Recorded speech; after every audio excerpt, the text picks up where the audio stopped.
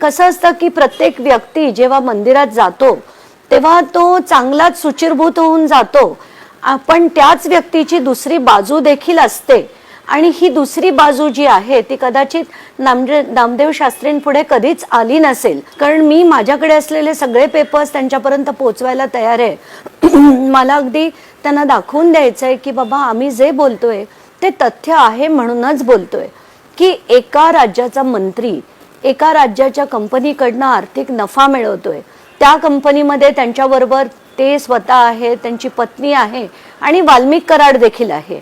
हे सगळं खरं तर बाहेर त्यांच्यापर्यंत पोचलं नसावं असं मला वाटतंय, म्हणूनच त्यांनी अशी पत्रकार परिषद घेत त्यांची पाठराखण केली.